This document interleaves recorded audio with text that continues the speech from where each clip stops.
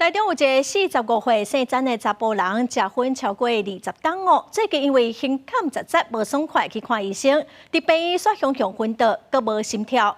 医师诊断讲是心肌梗塞，赶紧抢救，有家人救回来。监视器翕到一个查甫人伫咧胃肠口外口等待看诊，不过煞雄身体无爽快，转昏去，甚至失去意识，有血压、心跳。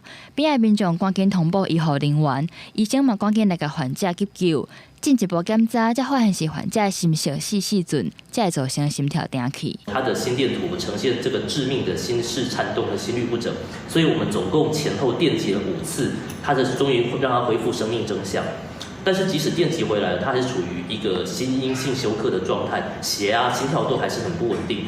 医生赶紧甲做心导管的检查，发现患者其中一条冠状动脉强要全部切掉咧，就是人咧讲的心梗塞，就要赶紧动手术将动脉隔啊，甲血管拍通，才有法度把命救回来。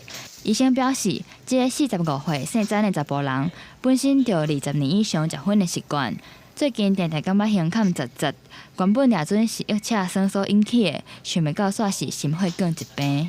这个病人有时候走路会胸闷，可是他有些时候晚上半夜的时候也会胸闷，那么这个就会跟胃食道逆流这样的症状会很容易会混在一起。胃食道逆流也常常会用胸闷来表现，他也许2个都有，可是问题他这一次真正造成致命原因是心脏的原因。医生表示，患者无爽快，有可能是约车酸，嘛有可能是心梗塞，所以需要长期监测检查才会知影。提醒有心血管疾病的患者，就要戒薰，控制血压、血糖甲血油。若是出现胸坎杂杂的症状，就要赶紧到病院检查。记者台中报道。